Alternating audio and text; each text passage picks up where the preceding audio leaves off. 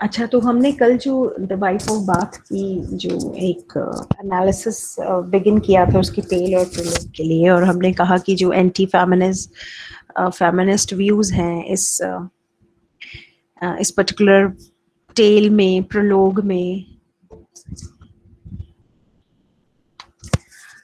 तो कहीं ना कहीं ये कोई मैसेज है जो चौसर कन्वे कर रहे हैं, या फिर चौसर जो हैं एक ऑब्जर्वर की तरह हर एक व्यू पॉइंट हमारे आगे रख रहे हैं। और भी स्टोरीज हैं और भी टेल्स हैं जिनमें कि वाइफ ऑफ बाथ की जो थियोरी या जो उसका बिलीफ है उसके ऑपोजिट उन्होंने अपनी बात रखी है चौसर ने। एक जैसे एक थिएटर में अलग अलग कैरेक्टर्स होते हैं, तो कैसे क्या ये भी एक थिएटर ऑफ लाइफ के अंदर जो ये कैंटरबरी टेल्स हैं इसमें बहुत सारे व्यू पॉइंट्स हैं। इन सभी चीज़ों को हम अभी एग्जामिन करते हैं, क्योंकि देखो जो एक वॉइस होती है ना, वो चाहे मेल है चाहे फीमेल वॉइस है, लेकिन कुछ ऐसे आइडियाज होते हैं जो उस टाइम के सोसाइटी के अकॉर्डिंग नहीं होते। तो हम जब ये वाइफ के आर्गुमेंट्स देख रहे हैं, जो कि हमें क्लियर कट पता है, दिख रहा है उस टाइम के जो सोशियोलॉजिकल और रिलीजियस लेवल पे जो आइडियाज हैं उसके ऑपोजिट जा रही हैं उसके विचार। और वो एक ऐसी वुमन है जो कह रही है कि मेरे लिए एक्सपीरियंसेस इंपॉर्टेंट है, ना कि कोई आर्गुमेंट, ना कोई स्कॉलरली नॉलेज, है ना। तो हम इसको इस एक जो एनालिसिस है वो तो यही है कि वो स्ट्रक्चर्स जो रूल्स हैं चर्च के उसके खिलाफ हैं, लेकिन हम ऐसे ही सोच के इस इतने वंडरफुल पीस ऑफ पोर्ट्रेट को ऐसे ही इग्नोर नहीं कर सकते, क्योंकि एक ह्यूमन बीइंग को ऐसे पोर्ट्रे करना, चौसर की ये बहुत बड़ी क्राफ्ट्समैनशिप है कि वो एक ह्यूमन बीइंग को हमारे सामने प्रोजेक्ट कर रहे हैं through the way she this woman has her vocal views, in front of the other pilgrims as well as the readers. तो ये मैंने कल भी अपने लेक्चर में ये बात की थी कि वो एक ऐसी वाइटल एनर्जेटिक वुमन है ना, और जितना भी लाइफ में शी अंडरवेंट उसमें उसने आफ्टर ऑल शी मैनेज्ड पहले 3 हस्बैंड्स, तो उसके बहुत ज्यादा एज में डिफरेंस है, ठीक है। और उसके बाद there is this issue of जो चौसर के इस टेक्स्ट से भी क्रिटिक्स पूछते हैं कि क्या चौसर ये कोई फेवर करना चाह रहे थे कि मैन और वुमेन के रिलेशनशिप में मास्टरी जो है वो इम्पोर्टेंट होती है, सॉवरेनिटी और सुप्रीमेसी इम्पोर्टेंट होती है, what is it that makes a relationship complete. अगर हम जैसे मैंने कहा कि इसकी एनालिसिस की बात करते हैं, तो जो ये टेल है, नाम इसका the wife of Bath's tale है, सब कैरेक्टर के अकॉर्डिंग है ना, कोई पार्टनर्स टेल है। इसको टेक्निकल टर्म्स में एक टर्म होती है बच्चे, एग्जाम्पलम, EXEMPLUM। एग्जाम्पलम होती है एक ऐसी कहानी जो इसलिए बयां की जाती है, इसलिए बताई जाती है कि आप किसी आइडिया को एग्जाम्पलीफाई करना चाहते हैं, आप किसी आइडिया को सपोर्ट करना चाहते हैं, तो उस आइडिया को सपोर्ट करने के लिए आप क्या करते हैं, एक एग्जाम्पलम सुनाते हैं, एक स्टोरी सुनाते हैं। तो शायद उस कैटेगरी में ये बिल्कुल फिट इन होती है। और कौन सी कैटेगरी, एग्जाम्पल में तो है, लेकिन ये कहानी जो है, जो द वाइफ ऑफ बाथ सुनाती है, वो एक क्वेश्चन के तौर पे उसके जवाब में करती है ना, that what do women most desire. तो ये वो मानती है कि उसकी जो टेल है, कहानी, वो इसी क्वेश्चन को आंसर करती है। अब हमने जब चौसर की हम बायोग्राफी देखते हैं, उन्होंने बहुत सारे वर्क्स हैं जो और लिखे हैं, ठीक है। और उस टाइम पे, पर्टिकुलर टाइम पे, देयर वाज दिस, जो इन्होंने अपनी वर्क्स हैं इनके, लेकिन कुछ ऐसे वर्क्स हैं जो बाकी राइटर्स के बड़े फेमस थे, जैसे रोमा दे लास रोज है एक, ROMAN DELASROSC, या फिर एक सेंट जेरोम के कमेंट्स थे वर्जिनिटी और इस पे, जहाँ पे ये माना जाता है, क्रिटिक्स मानते हैं कि इन्होंने ना ये कहानी को रीशेप कर दिया इसलिए कि जो वाइफ ऑफ बाथ की इंट्रोडक्शन होगी और जो उसका बेसिक हमने देखा, उसका बेसिक जो एक कंक्लूजन है, कि क्या कंक्लूजन है उसकी स्टोरी का, कि वुमेन जो हैं they want sovereignty over their husbands. तो यहाँ पे एक एक ऐसा कैरेक्टर चौसर ने क्रिएट किया, द वाइफ ऑफ बाथ नाम का। अब अगर हम कुछ एग्जाम्पल्स देखें कि उसने अपनी 5 मैरिजेस में से एक मैरिज उसने सिर्फ अपने से 20 साल उम्र में छोटे इंसान से की है ना। और अच्छा, कहानी में अगर आप देखो, see the story of the wife of bath जो वो नरेट करती है, उसमें भी क्या हो रहा है, वो अपनी उम्र से बहुत छोटी एज के यंग मैन से मैरिज करती है। और वो स्टोरी भी वो क्यों बता रही है, क्योंकि वो कह रही है कि एक ओल्ड, बिल्कुल ओल्ड, बहुत ही जो अगली है ऐसी वुमन, उसको भी सोवरेनिटी मिल जाती है अपने हस्बैंड पे, जो कि बहुत ज्यादा यंग है ना। और फिर जब वो सोवरेनिटी उसको मिलती है, they lead a very happy married life. तो हम, अगर हम इस टेल में की बात करें, तो टेल में कुछ जो इम्पोर्टेंट चीजें आपको अपने आंसर में के लिए ध्यान में रखनी है, वो है, मेरे बिना बताए आप लोग खुद ध्यान में आपके आया होगा कि जो ट्रेडिशनल वैल्यूज है ना, जो हेडशिप, जो लीडरशिप हमेशा से मैस्कुलिन रही है पेट्रियार्कल सोसाइटी में, दो चीजें ना, एक रिलेशनशिप में लीडरशिप और सुप्रीमेसी, बिल्कुल रिवर्स कर दी गई है इस कहानी में, ओवरथ्रोन हो गई है, जो कि डिस्टर्बिंग फैक्टर हो सकता है उस समय, उस सोसाइटी का जहाँ पे पिलग्रिम्स इकट्ठे हैं। तो पहला जो पॉइंट इस लिहाज से हम देखेंगे कि जितने ट्रेडिशनल वैल्यूज हैं, है ना, लीडरशिप की बातें हैं, और वो जिक्र भी करती है किंग आर्थर का, मैंने पहले भी कहा था जब अपनी टेल की बिगनिंग करती है। क्योंकि अगर आप ध्यान रखें कि जब किंग जो है, जस्टिस जो है, जब इस नाइट के लिए जस्टिस की बात होती है कि इसने मिसबिहेव किया यंग वुमन से, और ही वॉज टर्न्ड रेपिस्ट, तो वो भी देखो कितना बड़ा ओवरटर्न है, कि जो काम किंग का है टू डिलीवर जस्टिस, है ना, तो वो भी कहाँ पे चला जाता है, to the lady of the court, वहां पे लेडीज हैं जो कोर्ट में। तो हेडशिप एक तो फैमिली की, और हेडशिप एक स्टेट की, उसकी कहानी में भी वो चेंज है ना। तो instead of the man delivering justice, और हम यहाँ पे क्या देख रहे हैं कि स्क्रिप्चर्स और बुक्स को सामने ना रखते हुए किसको इंपॉर्टेंस दी गई है, एक्सपीरियंस को। अदरवाइज हमेशा से जस्टिस के लिए जो स्कॉलरशिप है उसको हमेशा आगे रखा जाता है। जो यहाँ पे हम जिस स्टोरी में हमने देखा, जो नाइट है, जो एक रेपिस्ट है, जिसने एक एक यंग गर्ल, एक यंग वुमन की चेस्टिटी को वायलेट किया है, उसको कौन कौन रिडीम करता है ना, कौन उसको बचाता है उससे, वो भी हम देखते हैं। एक बहुत ही अगली वुमन, ओल्ड वुमन है। So what do we see here, we see जो एक स्टोरीज में नॉर्मली होता है ना, beautiful girl, beautiful woman with all good qualities, हम देख रहे हैं सब कुछ यहाँ पे सबवर्ट हो रहा है। नाइट जो है उसको ऐसी चॉइसेस हैं जो कि इनटॉलरेबल है उसके लिए। तो जब उसको वो उसको कहता है कि तुम खुद डिसाइड करो, वो लास्ट में कहती है ना, दिस इज योर चॉइस, या तो ये चुन लो ऐसी वाइफ या फिर ऐसी। So he lets her make the decision.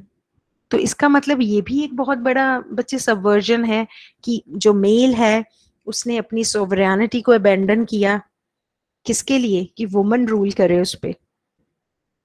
So this is very important for all of us to notice कि ये एक तरीके से ना, जो एक मिडीवल टाइम का वर्ल्ड पिक्चर है ना, उसको अपसाइड डाउन करने वाली बात है ये। So it's not a normal thing.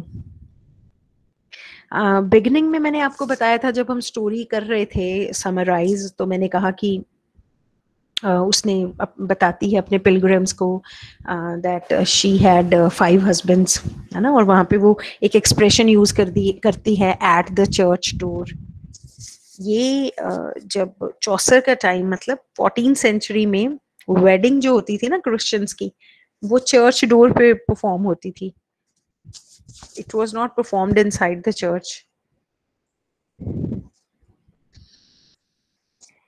और कुछ ऐसी रेफरेंसेस हैं कहानी में जहाँ पे ये जो वाइफ ऑफ बाथ है, कल मैं बता रही थी कि ये कोशिश कर रही थी खुद को नॉलेजेबल शो करने की, तो इसने एक जिक्र किया प्ले में ही टॉलेमी का, Ptolemy।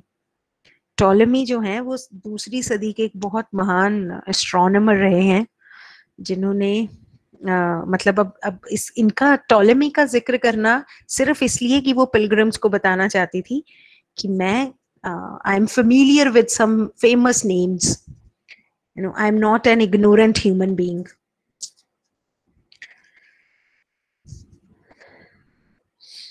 और वाइफ का जो प्रोलोग में अपना प्रेजेंस है या जो टेल में उसका कंसर्न है, वो सिर्फ क्या है, सॉवरेनिटी को लेकर। और बहुत सारा जिक्र वो मिथ्स की भी करती हैं।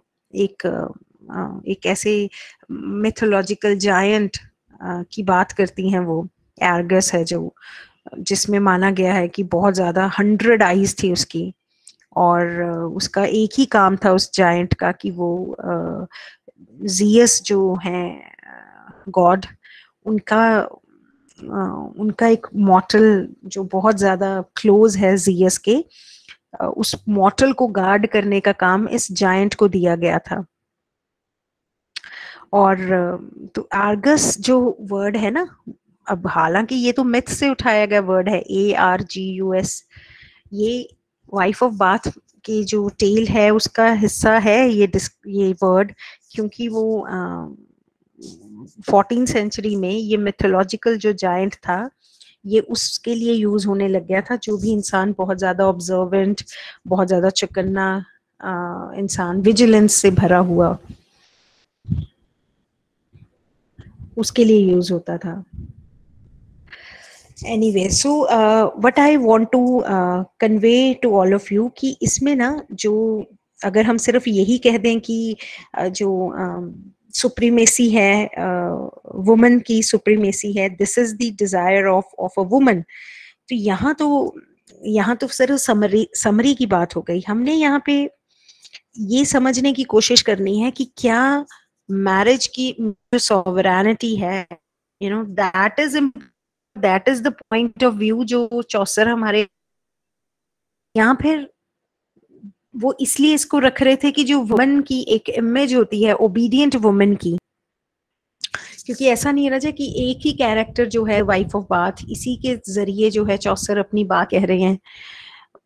एक और पिलग्रिम है कैंटरबरी टेल में, उस क्लर्क है, सही प्रोनाउंसिएशन तो क्लार्क होगी, CLERK, उसकी जो कहानी है वो बिल्कुल ऑपोजिट है व्यू मैरिज से। देखो कहानी है, it relates to marriage, no doubt, ठीक है, और it also relates to the nature of of wife and husband, है ना। और क्लर्क की जो टेल है वो क्या बात करती है कि क्या फंक्शन और ड्यूटीज होनी चाहिए वाइफ और हस्बैंड की।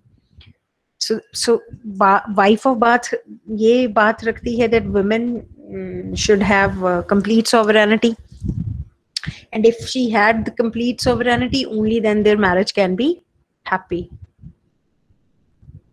तो अब हम जब क्लर्क की बारी आती है तो वो ऐसी स्टोरी सुनाता है जिसमें कि देयर इज दिस, क्योंकि वो तो आप खुद सोचिए जिसके ट्रेडिशनल व्यू पॉइंट है, तो क्लर्क तो पूरी तरीके से डिस्टर्ब हो जाता है, हॉरिफाइड मैं कहूंगी सही वर्ड होगा, जब वो he is horrified by the recount of the tale that is given narrated by the wife of Bath. तो फिर उसको वो कहानी सुनाता है specially as a reply to the wife of Bath's tale, जहाँ पे एक टेल है अबाउट अ वाइफ जो कि बहुत ही पेशेंट और ओबीडियंट है, और वो बहुत स्टेडफास्ट डिवोशन में है अपने हस्बैंड के लिए। इतना कंप्लीट सबसर्विएंट है वो। मतलब हम लोग जब ऐसे एनालाइज करते हैं ना, तो हम बहुत सारी क्रॉस रेफरेंसेस देख सकते हैं। हमने देखा तमिल एपिक में वो कनगी का रिफ्लेक्शन किस तरीके से पोर्ट्रे किया जाता था पहले, मेल और विमेन के पॉइंट ऑफ व्यू को। और यहाँ पे भी क्लर्क की जो टेल है उसमें जो वाइफ है वो तो कंप्लेन भी नहीं करती है, उसका हस्बैंड जो है वो बहुत ही ज्यादा इंसेंसिटिव है। और हम यहाँ पे, मैं ये देखो क्लर्क टेल हमारी सिलेबस में नहीं है, I am just giving reference to you so that you understand कि चौसर एक ही पॉइंट ऑफ व्यू नहीं रख रहे थे। हमारे पास दो व्यू पॉइंट है जहाँ पे द वाइफ ऑफ बाथ जो है वो बिल्कुल भी humble, obedient, you know, someone who is expected to be subservient to her husband's wishes, और वो कहीं भी रिजॉर्ट कर लेगी किसी भी मेथड की तरफ। मतलब ये आप खुद समझिए, आप एज अ रीडर भी नहीं मानेंगे कि जिस तरीके से वो वायलेंट है द वाइफ ऑफ बाथ, चौसर इसको एडवोकेट नहीं कर रहे हैं, है ना।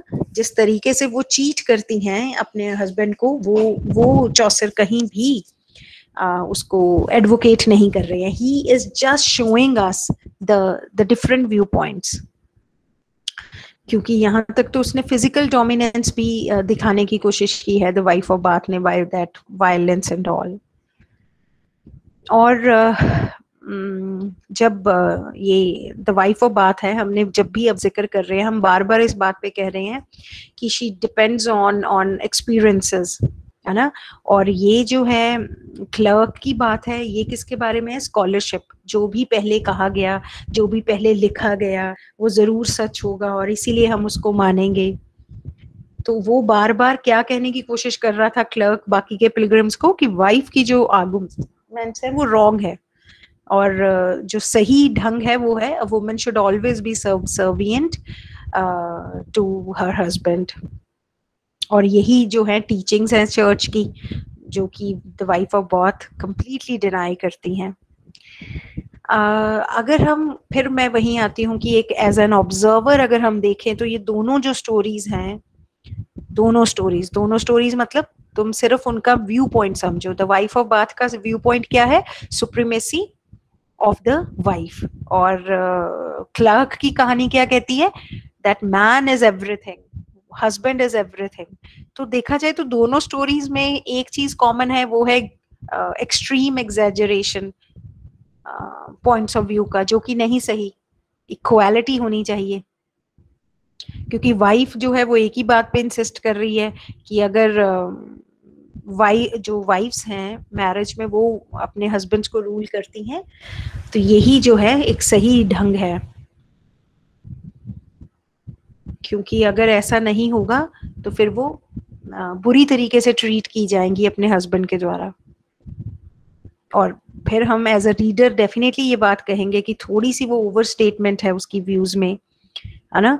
और उधर अगर हम क्लर्क टेल की बात करें तो वो डेफिनेटली उसका जो है उस पॉइंट में वो ओवर स्टेटमेंट है, क्योंकि ऐसे तो एक रियल रिलेशनशिप नहीं चल सकता, है ना। और जब ये कैरेक्टर की, जब क्लर्क की टेल की स्टोरी है, उसमें भी यही है कि वो बहुत ज्यादा जो वो वाइफ है वो सबसर्विएंट है, और उसको लगता है कि ये बात इस कैरेक्टर की, इस पिलग्रिम की ये रखनी कि जो वुमन है, she should be the controlling force in a relationship, in a marriage, only then the marriage will be successful. It is totally wrong and unacceptable. तो हम यहाँ पे देख रहे हैं कि क्लार्क खुद एक ऐसा कैरेक्टर दिखाया है जो बहुत शाय, टिमिड, मीक टाइप का है। और हम वाइफ ऑफ बाथ की जितनी कहानियां, बातें सुनी है हमने हमने देखा है कि वो बहुत ज्यादा आउटरेजियस है, you know, someone who has no fear of expressing her ideas.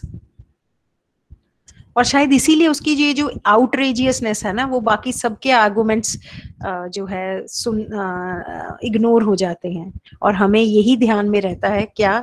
The wife of bath.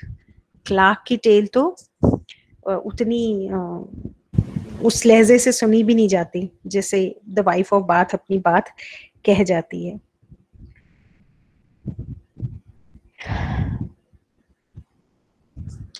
Okay, so what else we need to know about this The Wife of Bath में? अब हमने ये देखा, सुप्रीमेसी की बात देखी हमने, वे ऑफ प्रेजेंटेशन देखा।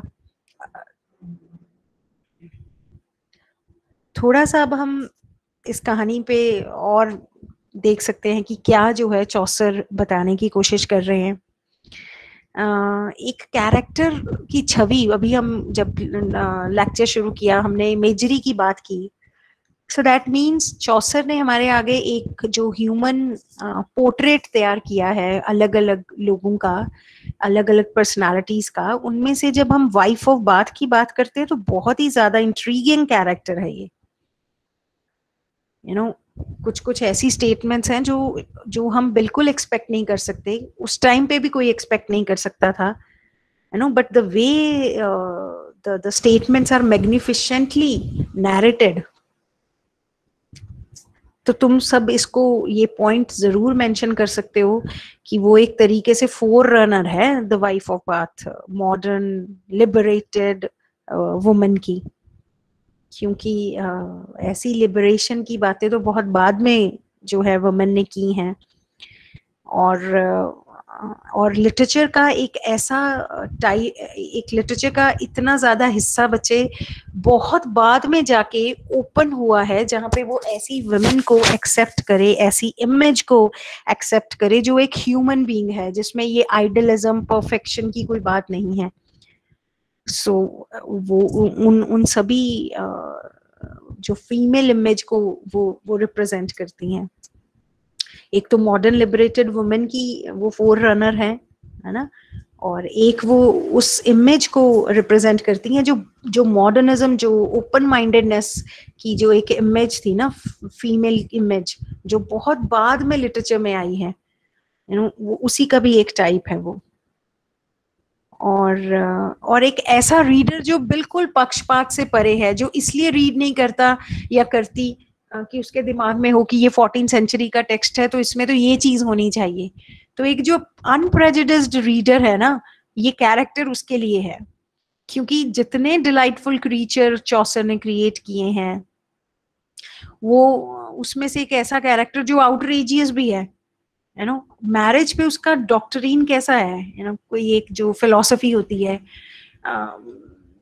जस्ट इमेजिन, अभी तो हम सिर्फ एक एनालिसिस के साथ है, आप इमेजिन कीजिए उस समाज में जहाँ पे उसके बाकी के पिलग्रिम्स उसके ये आइडियाज, ये थियोरीज सुन रहे हैं मैरिज के ऊपर, तो वो शॉकिंग थे उन सब के लिए। और ये जो मैं क्लर्क की बात कर रही हूँ, इसकी कहानी ये इसने अपना एंगर, अपना शॉकिंग जो रिस्पॉन्स है, उसी को जो है रिकॉर्ड किया है, उसी को कन्वे किया है ना। क्योंकि वो ऐसे जब एक्सप्रेशंस लेके आती हैं तो क्लर्क जैसे लोग कहते हैं कि ऐसे तो फिर सिंगल मैन जो है he will never decide to get married, क्योंकि वहां पे जैसे क्लर्क है वैसे ही एक पार्सन कैरेक्टर है पिलग्रिम। और ऐसे व्यूज रखना चर्च के लोगों के सामने, तो ये तो बहुत ज्यादा स्कैंडलस जो बात है वो हुई, क्योंकि वो उसकी जो बातें हैं वो तो कंट्राडिक्ट करती हैं चर्च की टीचिंग्स के साथ।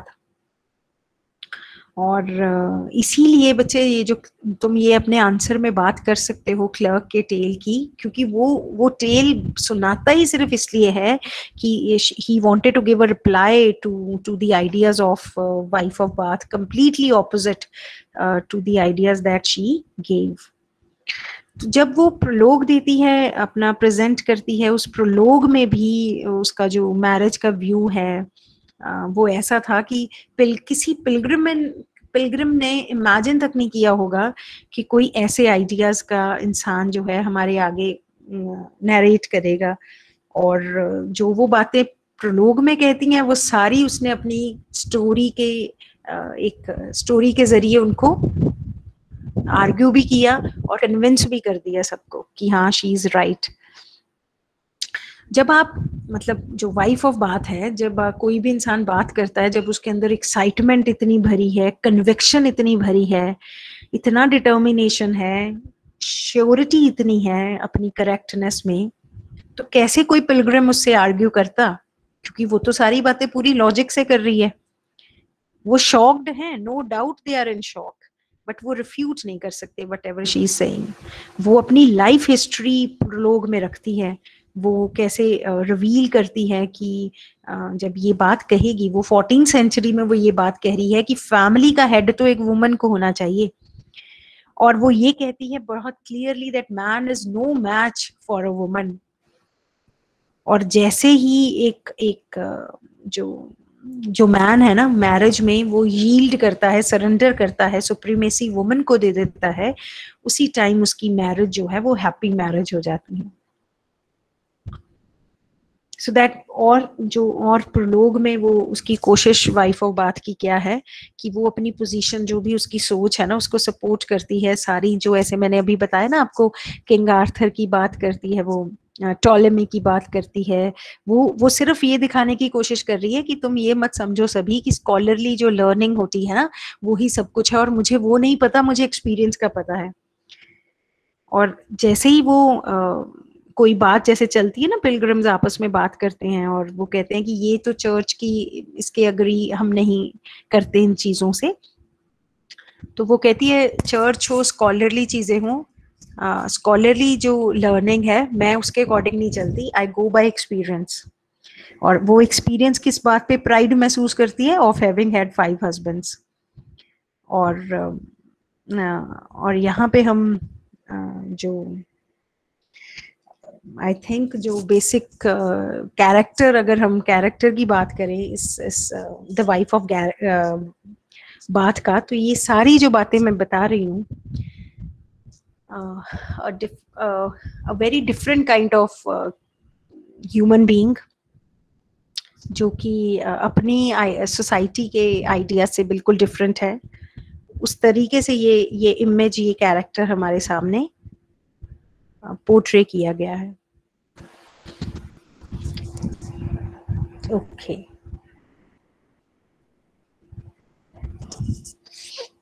तो डेट मीन्स जब तुम अपना आंसर प्रिपेयर करोगे, जब तुम अटेम्प्ट करोगे इस पे आंसर, तो अपनी बिगिनिंग के पैराग्राफ में तुम ये बात जरूर मेंशन करोगे कि ये जो बात का प्रलोग है वो क्या प्रोवाइड करता है हम रीडर्स को, एक इंट्रोडक्शन के बारे में, ideas, detail ideas about marriage and love. और लोग जो है वो ऐसे चलता है जैसे कोई सर्मन दे रहा है, कोई शिक्षा दे रहा है, कोई टीचिंग दे रहा है। और फिर वहां पे कुछ ऐसी बातें जब वाइफ में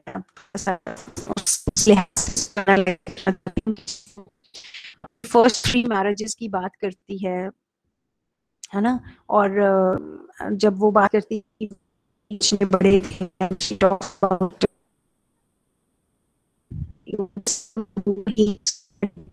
उसको कैसे लेकर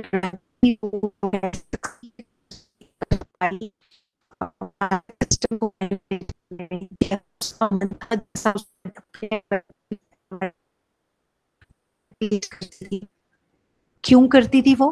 क्योंकि वो पावर, मनी। तो जब ऐसे वो पहले बात करती है, फिर वो अपने 4th और 5th हस्बैंड्स की बात करती है। जब हमने कहा कि 4th हस्बैंड जो है उसकी डेथ पे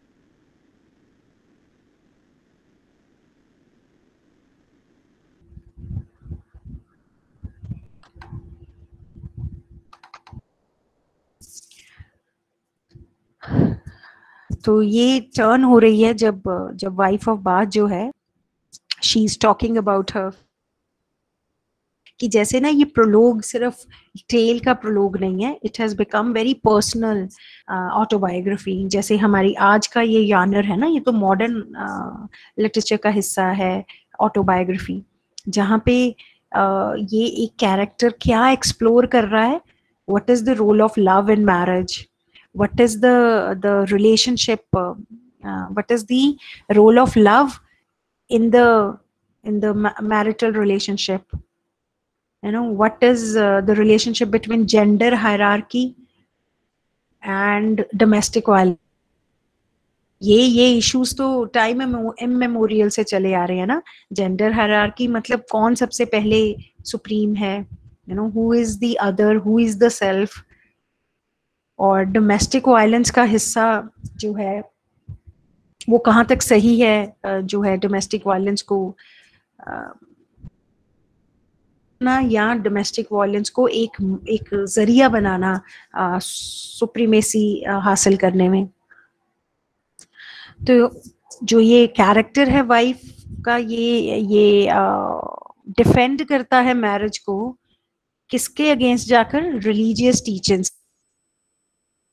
क्योंकि क्यों अगेंस्ट जाता है, क्योंकि ये वो कैरेक्टर है जो कहती है कि marriage is the only important thing in life and it is very important, क्योंकि वो मैरिज जैसे को फिजिकल रिलेशन क्रिएट करती है, और वो सिर्फ यहीं तक नहीं रुकती है, वो बहुत मॉडर्न पर्सपेक्टिव देती है मैरिज को, उस प्लेजर के साथ रिलेट करती है, that is not talked about even in modern age, this physical pleasure, क्योंकि वो इसको वर्च्यू के तौर पे लेती है,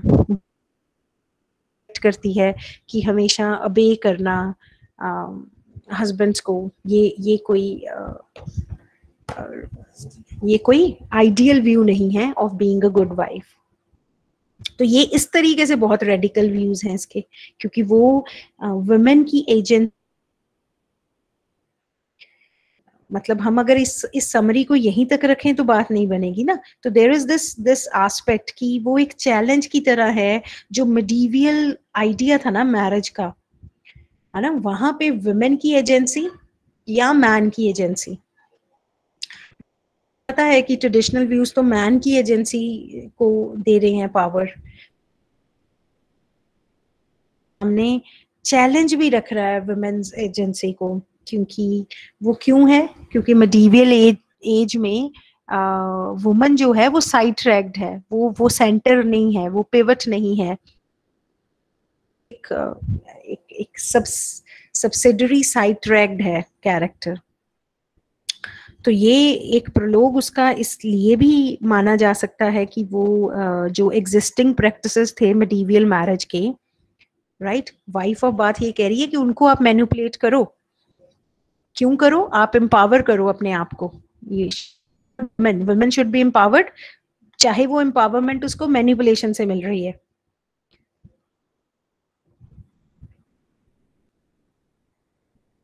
तो हम जैसे उधर देख रहे थे जब हम पिछले सेमेस्टर में पढ़ रहे थे बाकी ग्रीक रोमन प्लेस को, हमने वहां भी देखा कि सोसाइटी जो है वो किस तरीके से the people in that time used to get married and all. तो ये भी एक ढंग है हमारे आगे, एक मिरर की तरह काम हमें बताता है. मिडीवल टाइम में मैरिजेस जो थे वो बहुत ही कॉम्प्लेक्स और कंट्राडिक्टरी वेज होते थे. ठीक है, वहां पे there is this mutual love की डिमांड भी थी, और हस्बैंड्स का रूलरशिप भी था. समझ रहे हैं, जहां पे म्यूचुअल लव है वहां पे रूलर कंट्रोवर्शियल पार्ट है कि आप म्यूचुअल लव की बातें भी करते हैं और फिर आप सुप्रीमेसी की बात भी करते हैं. उस तरीके से द वाइफ ऑफ बाथ बिल्कुल क्लियर कट थी, वो वो उस तरीके से मैनिपुलेट नहीं कर रही थी. शी वाज राइट, वो कह रही थी कि वो मैनिपुलेटिव है. So she won't say that it is mutual love and then उसका दूसरा नाम वो बार्गेनिंग का था, वो नहीं कर रही थी. तो वो क्लियर कट ये बता रही थी कि कॉम्प्लेक्स आइडियाज जब मैरिज के बारे में आते हैं, स्पेशली इस 14th सेंचुरी में, तो ये बहुत ही ज्यादा एक ऐसा डिबेटेड टॉपिक बन जाता है जहाँ पे जेंडर्स की और चर्च का रोल, ये सब बहुत ज्यादा जो है इंटरलिंक्ड है. तो ये जो whatever I'm saying ना, this is all related to your answer, कि ये जो कैरेक्टर है ये मैनिपुलेट करती, रूल्स हैं मैरिज के, और देखा जाए तो कहीं ना कहीं जो जो चीजें उसमें अच्छी हैं वाइफ ऑफ बाथ में, तो वो एक मॉडल प्रोवाइड कर रही है सोशल चेंज का। वो ऐसा सोशल चेंज जो रेडिकल तो नहीं है, बट उस टाइम पे प्रोविजनरी पार्शियल माना जा सकता है कि आइडियाज और पॉइंट्स सही और लॉजिकल हैं। लेकिन जो क्लियर कट जो आप एक लाइन में कंक्लूड कर सकते हैं वो ये तो है कि वाइफ ऑफ बाथ उस एज अ कैरेक्टर उस टाइम की मैस्कुलिन और क्लैरिटी नहीं है, यू नो, क्लैरिकल में जुड़ा है चर्च के वो सारे ऑफिशियल्स जो समाज को बताते हैं कि ये रूल्स आपके लिए सही हैं।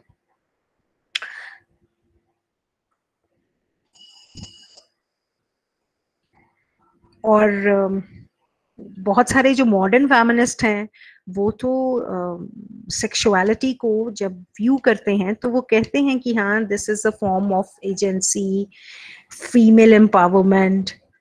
लेकिन लेकिन जो वाइफ ऑफ बाथ की टेल है ना, ये उन लोगों को रिप्लाई है 14th सेंचुरी में जो ये मानते थे कि जब आप सेक्सुअलिटी में इन्वॉल्व इंडल्ज होते हैं तो आप सिन कर रहे हैं। You know, this is a reply to that thought.